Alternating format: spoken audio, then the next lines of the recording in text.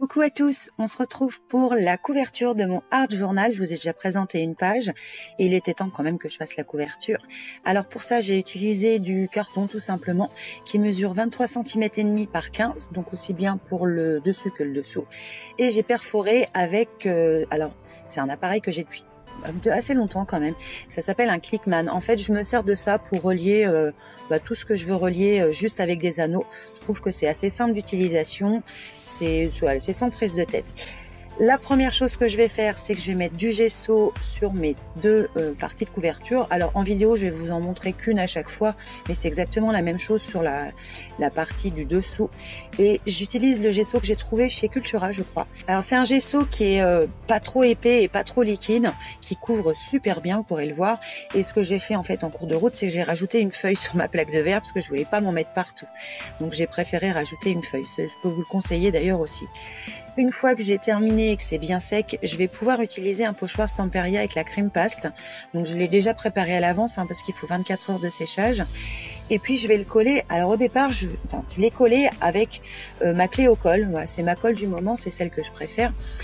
Et vous allez voir que c'est pas forcément la bonne chose pour coller, on va dire, ce moule qui a été fait à la crème paste. Je pense que ça vient du côté un peu plastique, c'est cette sensation plastique que donne le moule une fois sec.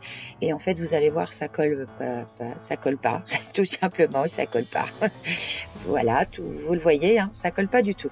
Donc ce que je vais faire, c'est que je vais changer de méthode.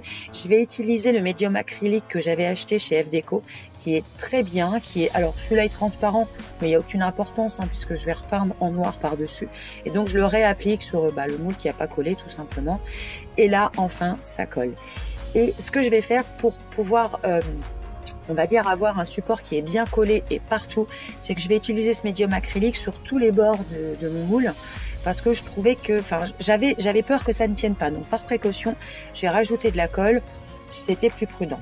Une fois que c'est fait, et que c'est bien sec surtout, je vais utiliser de la pâte de structure pour, on va dire, pour bien relier mon carton avec mon moule, parce que j'ai des tranches assez épaisses, donc je me suis dit que ce serait bien mieux de le faire à la pâte de structure. Et j'utilise celle de Sèche Champignon parce que c'est celle que j'ai à la maison, et franchement elle est bien, elle sèche assez vite. Et je dois dire qu'elle se travaille bien. On peut la travailler assez longtemps, même qu'elle sèche vite. Elle va pas devenir suffisamment dure tout de suite pour que vous puissiez pas la travailler et arranger ce que vous souhaitiez arranger.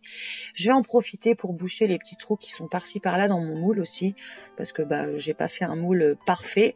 Puis le but c'était pas que ce soit parfait. De toute façon, je voulais que ce soit un peu grunge, on va dire. Je sais pas si on peut dire ça comme ça. Un peu mix média. Voilà, c'est comme ça que je devrais dire.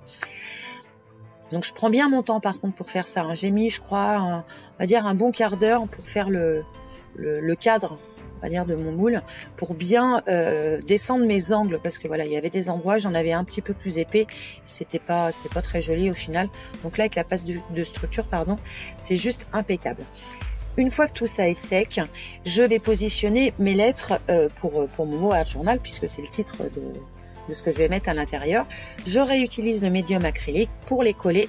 Et là, en fait, j'aurais pas dû le faire dans cet ordre-là. Vous allez voir par la suite. J'aurais dû en fait peindre mes lettres avant, mettre du gesso noir sur mon support et après coller mes lettres, parce que pour peindre, pour mettre le gesso en travers des lettres, entre les lettres, au milieu des lettres, ça l'a pas fait parce que mon gesso il est pas assez liquide. Donc je vous conseillerais de peindre vos lettres avant, de mettre du gesso et de vous coller vos lettres après, de façon à ce que tout soit bien noir partout. Alors c'est pas très grave parce que je vais utiliser du spray par la suite, mais ça aurait été mieux de le faire comme ça. Le spray que j'ai utilisé, c'est toujours de la marque FDeco, c'est un spray caméléon. C'est la couleur Imperial Purple, qui est une très jolie couleur, un peu violet prune, avec des reflets un peu dorés. Je la trouve très jolie. Donc je l'applique assez généreusement, je dois l'avouer. Et chose à faire surtout, c'est bien le secouer avant d'utiliser, parce que ça se sépare un petit peu. Donc je vous conseille vraiment de le secouer. J'en mets partout et j'attends que ce soit sec. Et je trouve que le résultat, il me plaît à moi. Voilà, j'aime bien cette couleur et puis ces effets luisants. Je trouve que c'est très joli. Moi, j'aime beaucoup. Ensuite, je vais venir quand même ajouter un petit peu plus de couleur et puis de profondeur en fonction des reliefs. Donc, j'utilise les embellishments mousse de la marque Nouveau que j'ai eu dans le Tonic Craft Kit. Donc le rose que vous avez vu s'appelle Pink, je sais plus quoi, Pink quelque chose. Je vais plutôt le mettre dans les endroits qui n'ont pas de relief pour apporter un petit peu plus de couleur à ce violet prune. Je voulais qu'il soit un peu plus soutenu. Donc j'utilise celle-ci pour on va dire la partie plate du support. Et ensuite je vais utiliser toujours un nouveau. Et cette fois c'est un nouveau un peu plus brun. Et je vais l'appliquer sur les parties en relief de mon moule, donc qui vont être les lettres, les fausses écritures, etc.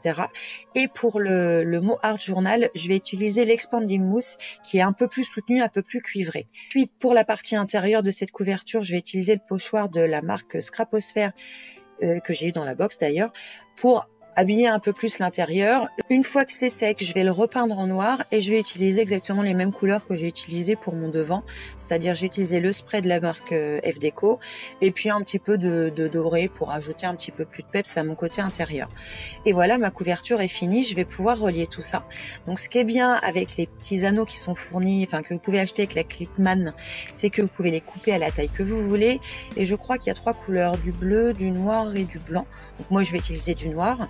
Je vais disposer mon dos et mon arrière. Donc l'arrière, je ne vous l'ai pas filmé, mais c'est un peu le même principe que pour le devant, donc je voyais pas l'intérêt de filmer 2 fois. Je positionne tout ça. Et ce qui est bien avec ce système de reliure, c'est qu'en fait, ça se clip tout bêtement. Il n'y a pas besoin de machine. Ça se fait tout seul. Vous pouvez le défaire autant de fois que vous voulez. Enfin, j'adore ce système de reliure. C'est un truc génial et ça fait très longtemps que j'ai ça et je suis super ravie. Donc je les clip tout simplement à la main. Je sais qu'il y a un petit outil qu'on peut utiliser, mais moi je l'utilise pas. Et puis voilà, ma couverture de Art Journal est faite. Donc aussi bien la couverture que le dos. Et sur ce, je vais vous laisser. Je vous fais plein de bisous et je vous dis à très vite pour une nouvelle vidéo. Ciao!